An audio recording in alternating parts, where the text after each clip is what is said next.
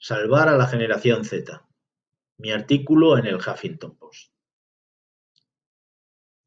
He hablado mucho, he escrito bastante sobre el brutal golpe de la pandemia. Las muertes de personas mayores en residencias, en sus domicilios, sobre las evidentes insuficiencias y alarmantes debilidades de nuestra sociedad, de nuestros sistemas de protección social y de atención a la dependencia, a las personas que más nos necesitan.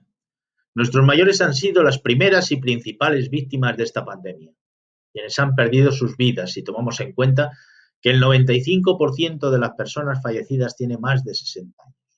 El COVID-19 ha sido cruel con las personas mayores en lo inmediato, pero creo que cuando la pandemia pase de largo no serán nuestros mayores quienes sufran las peores consecuencias que nos deje. Ciertamente, la generación de los millennials lo ha pasado mal para abrirse camino y situarse en un mundo cada vez más complejo, endurecido y competitivo. No confundir con competente. Han vivido profundos cambios tecnológicos, han pasado la frontera del siglo y del milenio. Sus miembros comenzaban a tomar el relevo generacional, especialmente desde que se desencadenaron las primaveras árabes en el norte de África, desde el Sáhara a la Plaza Tahrir en el Cairo, el 15M español, los indignados franceses, Occupy Wall Street, Chile, Colombia, México, las aplastadas expresiones de descontento en China o la Plaza Sintamba en Atenas. El inicio de la década de 2010 estuvo marcado por la imagen de nuevas generaciones de jóvenes que reclamaban, como ya ocurrió en mayo del 68, su participación en el reparto del pastel, aunque no siempre lo consiguieron. Y no fueron pocos los lugares donde la respuesta fue la violencia, la represión y hasta la guerra, como ocurrió en lugares como Siria, Libia o Yemen. Pese a todo, los millennials, llamados a sustituir a la generación X y a ser desplazados de inmediato por la generación Z que les pisaba los talones con nuevas habilidades y hasta con un nuevo sistema de pensamiento, iban encontrando su lugar en el mundo.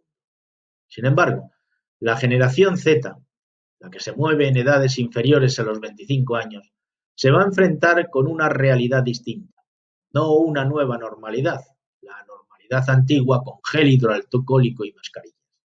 Son esa juventud que aguarda, la misma de la que hace más de 60 años hablaba el charnego Francisco Candel, el de las barracas de la montaña de Montjuic en Barcelona. Son la generación de quienes desde bien pequeñitos usaron Internet y estaban convencidos de la necesidad de tener una titulación universitaria, acostumbrados a las nuevas tecnologías, sin por ello renunciar a las relaciones sociales. Ni más ni menos conservadores que los millennials que les preceden, pero más escépticos con respecto al futuro económico que les espera y sobre la capacidad de los gobiernos para resolver sus problemas. Su formación y su facilidad para usar las nuevas tecnologías les pone fácil emprender cualquier tipo de actividad económica, por pequeña que sea, y vender sus ideas, sus productos, sus servicios globalmente desde su habitación. Internet y una economía globalizada lo han hecho posible. Sin embargo, en el caso español, también son la generación en la que casi el 20% de sus miembros no sigue estudiando al terminar la enseñanza secundaria obligatoria. Más en el caso de los hombres que de las mujeres. Y 1 de cada 4 termina por no obtener el título de la ESO. Es cierto que los datos han mejorado con los años, pero siguen siendo cifras excesivamente altas, sobre todo si tenemos en cuenta que enseñanza secundaria obligatoria debería significar que es preceptivamente el nivel educativo que toda y todo adolescente debe terminar. La generación que soporta tasas de paro del 40%, décimas arriba o abajo, tasas de temporalidad cercanas al 70% o del 40% en trabajo a tiempo parcial. Hay quien se extraña de que haya contabilizados más de 850.000 jóvenes españoles que han marchado al extranjero desde que se iniciara la crisis de 2008. Una cifra que podría acercarse en realidad, según diferentes expertos, a 1,5 millones. Si tomamos en cuenta que no es obligatorio inscribirse en los consulados en el extranjero aunque tengas trabajo en otro país y vivas habitualmente en el mismo.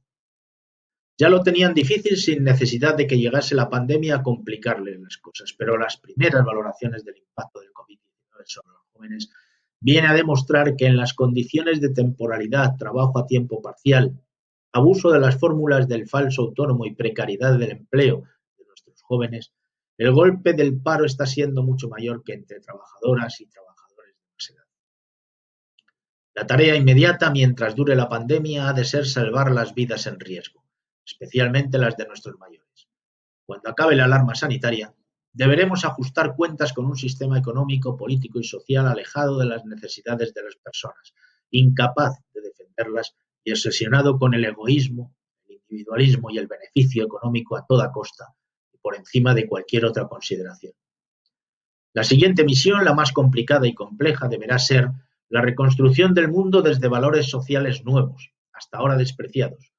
Un mundo que cuide a las personas, que preserve la vida en el planeta, que actúe frente al cambio climático y sus desastrosas consecuencias, que prevenga la aparición de nuevas pandemias provocadas por la imprudencia y los negocios humanos, que permita una transición justa entre generaciones, de los baby boomers a los millennials y de estos a la generación Z y a la que ya apunta en el horizonte y muchos denominan ya generación alfa.